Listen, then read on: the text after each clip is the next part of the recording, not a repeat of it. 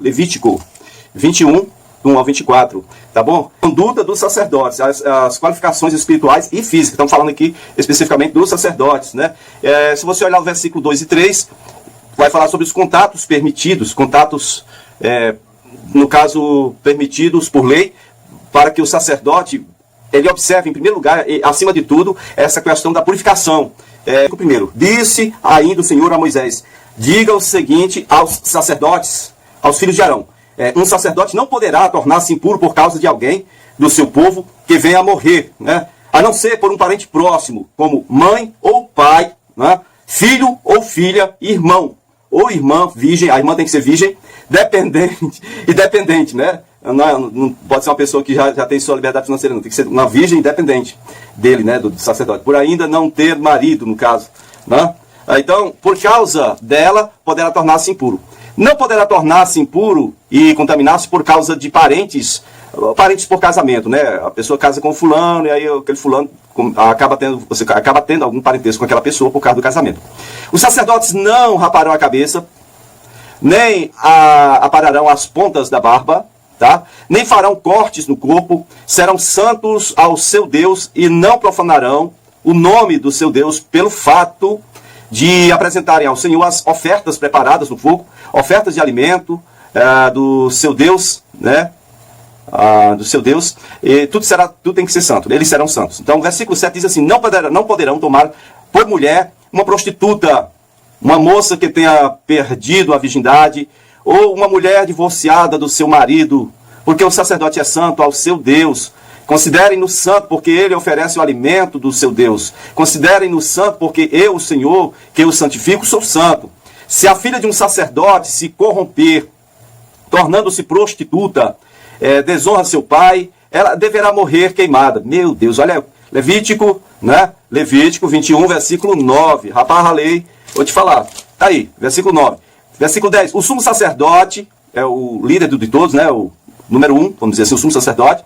Aquele entre seus irmãos, sobre cuja cabeça tiver sido derramado o óleo da unção, e que tiver sido consagrado para usar as vestes sacerdotais, não andará descabelado, nem rasgará as roupas em sinal de luto. Não entrará onde houver um cadáver, não pode ir para funeral, enterro, nada disso, né? Não se tornará impuro, nem mesmo por causa do seu pai ou da sua mãe. Estão pegando aí? O sacerdote poderia se tornar impuro por causa do pai, mãe, irmão e irmã, se fosse virgem, independente dele, por não ter casado ainda. No caso do sumo sacerdote, o sumo sacerdote ele não pode se tornar impuro, nem no caso do pai dele morreu, a mãe morreu, ele não pode participar, não pode rasgar a roupa, não pode ficar descabelado, ele não pode mostrar sinal de luto. Ele não deixará o santuário do seu Deus, nem o profanará, porquanto foi consagrado pelo óleo da unção do seu Deus. Eu sou o Senhor. A mulher que ele tomar terá que ser virgem, não poderá ser viúva, nem divorciada, nem moça que perdeu a virgindade, nem prostituta, mas terá que ser uma virgem do seu próprio povo. Assim ele não profanará a sua descendência entre o seu povo. Eu sou o Senhor que o santifico. Disse ainda o Senhor a Moisés, diga a Arão, pelas suas gerações, nenhum dos seus descendentes que tenha algum defeito poderá aproximar-se para trazer ao seu Deus oferta de alimento. Defeito, vamos especificar agora, versículo 18, viu?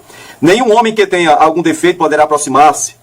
Ninguém que seja cego ou aleijado, que tenha o rosto defeituoso ou o corpo deformado, ninguém que tenha o pé ou a mão defeituosa, ou que seja corcunda, ou anão, ou que tenha qualquer defeito na vista, né? A versão antiga fala belinda, né? Defeito na vista, ou que esteja com feridas purulentas, com fluxo, ou que tenha testículos defeituosos, nenhum descendente do sacerdote Arão que tenha qualquer defeito desses poderá aproximar-se para apresentar ao Senhor ofertas preparadas no fogo. Tem defeito, não poderá aproximar-se para fazê-las ao seu Deus. Poderá comer o alimento santíssimo do seu Deus e também o alimento santo. Contudo, por causa do seu defeito, não se aproximará do véu nem do altar, para que não profane o meu santuário. Eu sou o Senhor que o santifico. Versículo 24, para encerrar, diz, foi isso que Moisés falou a Arão e a seus filhos e a todos os israelitas. Meu Deus. Aí está o texto de Levítico, capítulo 21, negado do versículo 1 ao versículo 24. Não faz menção, por exemplo, aqui de esposa. esposa. O sacerdote casado, mas aí a esposa morreu. Não, aqui não está mencionado, né? A esposa.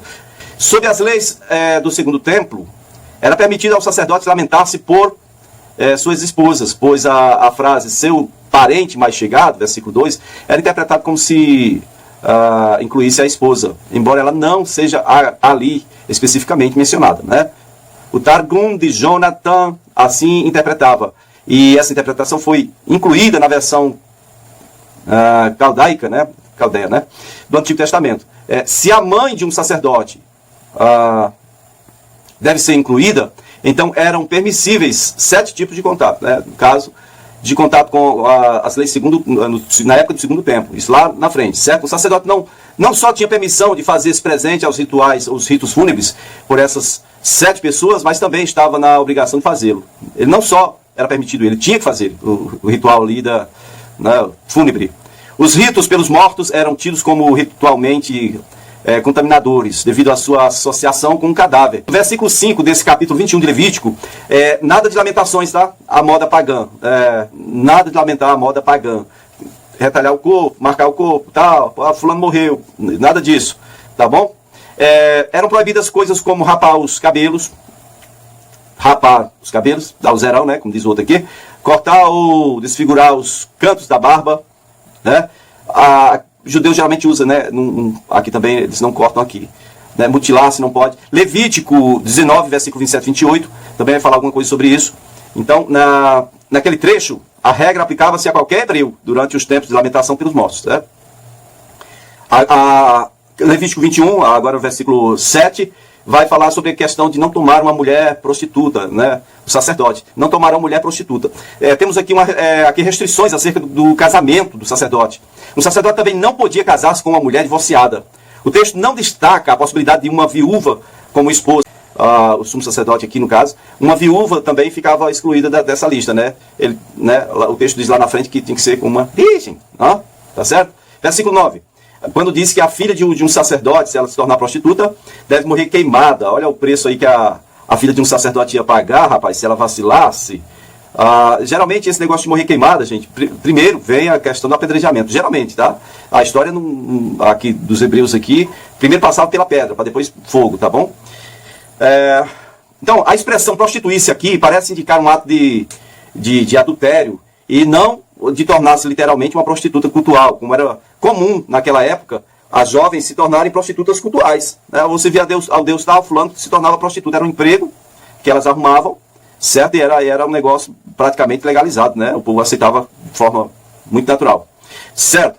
Então, prostituir-se aqui, porque quando se diz que fulano está idolatrando, no Velho Testamento está sempre ligado a adulterando ou prostituindo-se com outros deuses. Então, a expressão tornar-se prostituta aqui não está referindo-se a tornar-se prostituta cultual, né? Mas parece estar indicando que o caso de um adultério. No versículo 17 ao 23, os descendentes de Arão, com qualquer deficiência, não poderiam se aproximar do altar e nem do véu lá, né? Ele podia comer do que era oferecido lá, mas ele mesmo não podia exercer o seu ofício de sacerdócio ou de sacerdote. Se ele fosse cego, coxo, tivesse o rosto mutilado, desproporcionado, o pé ou a mão quebrada ou defeituosa, se fosse corcunda, ou tivesse belida no olho, né? Belida no olho. Também, outro texto original diz, se tiver sarna ou impingem. Impingem. Testículo quebrado. Gente, você que está me ouvindo aí, até pouco tempo as pessoas nem falavam essa palavra, parecia que, né, testículo, falando isso não, pastor, você está falando testículo aí. Bom, testículo quebrado é quase comum a gente encontrar por aí, o homem que tem um testículo perfeito, o outro parece que foi amassado, né, cara? E aí, tá aí, testículo quebrado, acabou, não tem como. São 12 defeitos aqui, cara, para desqualificar o sacerdote para o serviço, né? Tá certo? 12. Então, todos esses fatores desqualificadores são físicos, ao passo que os que são citados lá na frente, no Novo Testamento, pelo apóstolo Paulo, são espirituais e são morais, né? Natureza espiritual e moral. Mas aqui na lei, esses 12 defeitos são defeitos físicos, né? E não espirituais. Bom, agora a Bíblia em ordem cronológica nos leva, meu povo, para Levítico 22, do 1 ao 16, tá certo? Onde fala da consagração, né? Tá certo, querido? Os descendentes de Arão, versículo 4, diz que os descendentes de Arão que contraíssem lepra não poderiam participar ou comer das ofertas trazidas à tenda até que passasse pela purificação. Nenhum leproso poderia participar. Tornou-se leproso, aí já não é um defeito, é um problema, um acidente que houve aí. Né? Não é defeito que impede ele, mas esse aqui era para todo mundo. Tá com problema de lepra aí, meu amigo, só depois de purificar. Versículos 17 ao 33, os sacrifícios no altar devem ser perfeitos, não só os sacerdotes têm que ser perfeitos, mas o sacrifício, ou aquilo que deveria ser apresentado ao Senhor, tinha que ser perfeito. Né? Versículo 20, diz assim, os animais, tem 3 animais que são mais oferecidos ao Senhor, quando diz oferecidos ao Senhor, especificamente ao Senhor, oferecidos em holocausto, oferta queimada, né? Certo? Vai falando desses 3 animais, são o touro, o carneiro e o bode, esses são mais oferecidos em holocausto. Eles deviam ser machos, perfeitos, sem nenhum defeito. O animal defeituoso não será aceito em favor de vocês.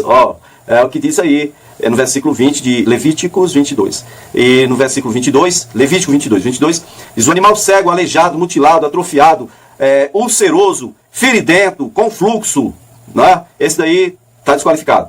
Animal com testículos machucados, não é testículo quebrado, fragmentado, como há pouco tempo eu citei. Que às vezes, testículo machucado, por exemplo, boi, né? Esses boi aí que rodeio, já pensou? Acaba, machuca, né? Bom, esses aí não poderiam ser aceitos, não. Eles são desqualificados. Né? Testículo machucado é diferente. Também tem o testículo esmagado, ou despedaçados, ou cortados, capado, vamos dizer assim.